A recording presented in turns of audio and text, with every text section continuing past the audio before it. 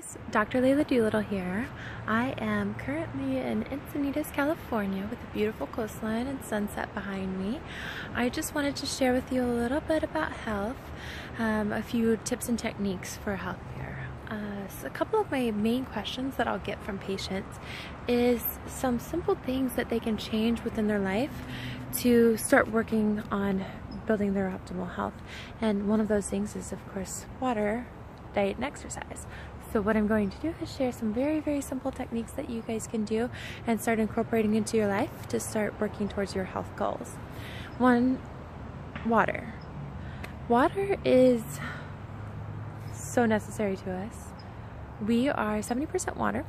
Our cells have to have adequate amounts of water for them to pump and flow properly. Our neurotransmitters require water to be able to be made, and our proteins, every single cellular pathway in the body needs water. So it's very important.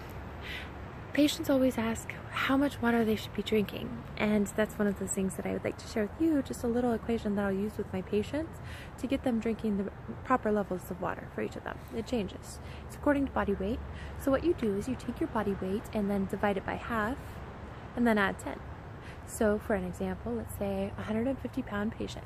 I would say 75 and then add 10. They would be at least have a goal of 85 ounces of water per day.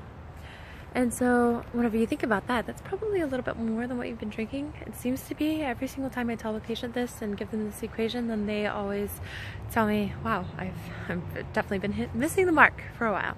So try to meet that goal, and especially in the mornings. I think it's very important to try to drink at least 2 to 3 glasses of water in the morning before you ever have any coffee, start your day. I think that this is very important for flushing the kidneys out and really starting your filtration pathways working properly throughout the day.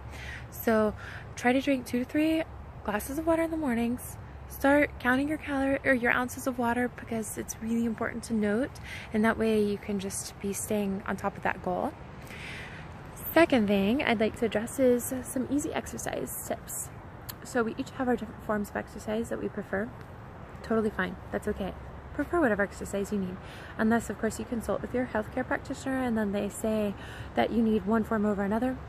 Definitely follow that advice. But one thing that I'd like to share with you is about how to reset cortisol. So in the mornings, we're supposed to have a large cortisol spike, and then it's supposed to slowly go down over time. And what we'll see is sometimes patients will feel like they have a dip in the afternoon. So it'll like spike up, and then around 2 o'clock p.m. or so, they'll say, you know what, I just feel so exhausted. All I want to do is take a nap. I'm just exhausted. I'm just tired of the day. I can't perform properly at work or take care of everything that I need to take care of, and then I'll come back out of it by about 3 or so. I'm fine, and then I have difficulty sleeping at night. So whenever you're addressing this matter, then that sounds like cortisol. And so one way that you can use exercise to actually boost your cortisol is by, in the mornings, within 10 minutes of waking up, do high burst activity. Any type of exercises that you'd like for 5 minutes. So that can be squats, that could be lunges, that could be you running up and down the stairs. That's a great one.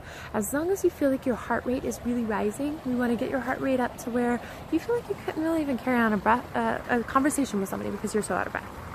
So make sure that you start doing that, and if you do, you'll really notice results with your cortisol switching. Of course, there are a lot of other things that contribute to cortisol and cortisol problems with the flow of cortisol, but you know, if it's something that can be an easy fix, then a lot of times you'll notice a difference within 3 weeks.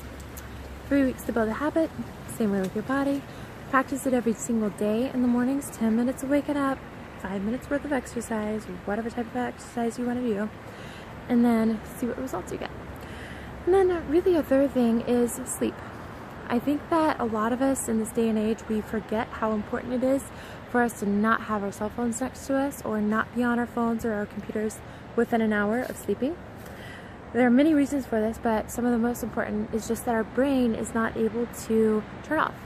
So there's a pineal gland in the brain, and that's what's supposed to secrete our melatonin and help us sleep deeply throughout the night and help us have the proper circadian rhythm. You've probably heard all of these terms before.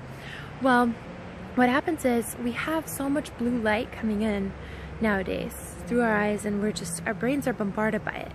And it's very activating to our brains. And so what we need to do is, for one, let's put on blue light filters as much as possible, but then if at all possible, let's really try to avoid screen time within an hour of going to sleep.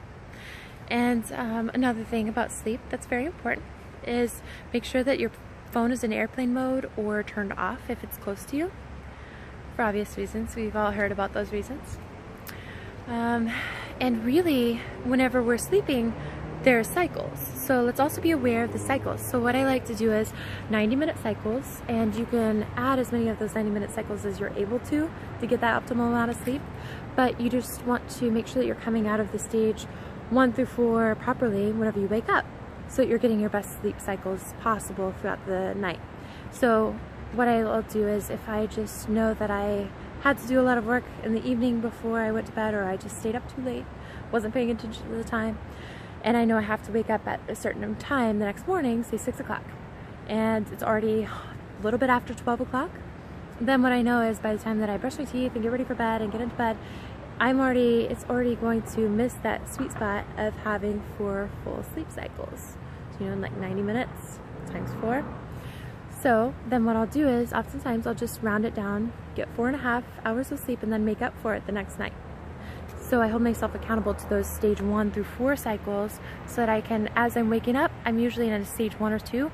I don't feel as groggy the next morning. I'm able to just get on top of everything that I need to do as quickly as I can, and I'm able to make sure that I get as many of those full stage 4 cycles as I can. So I hope this helps. Those are just some really simple tools and techniques. Practice them. Let me know what you think. Comment below, and I would love your feedback. I am always open to learning, and you guys might have something to add and contribute, and I'm sure everybody else would love to hear from you as well. Thanks so much for watching. Subscribe below if you'd like more of these types of videos. I look forward to working with you guys.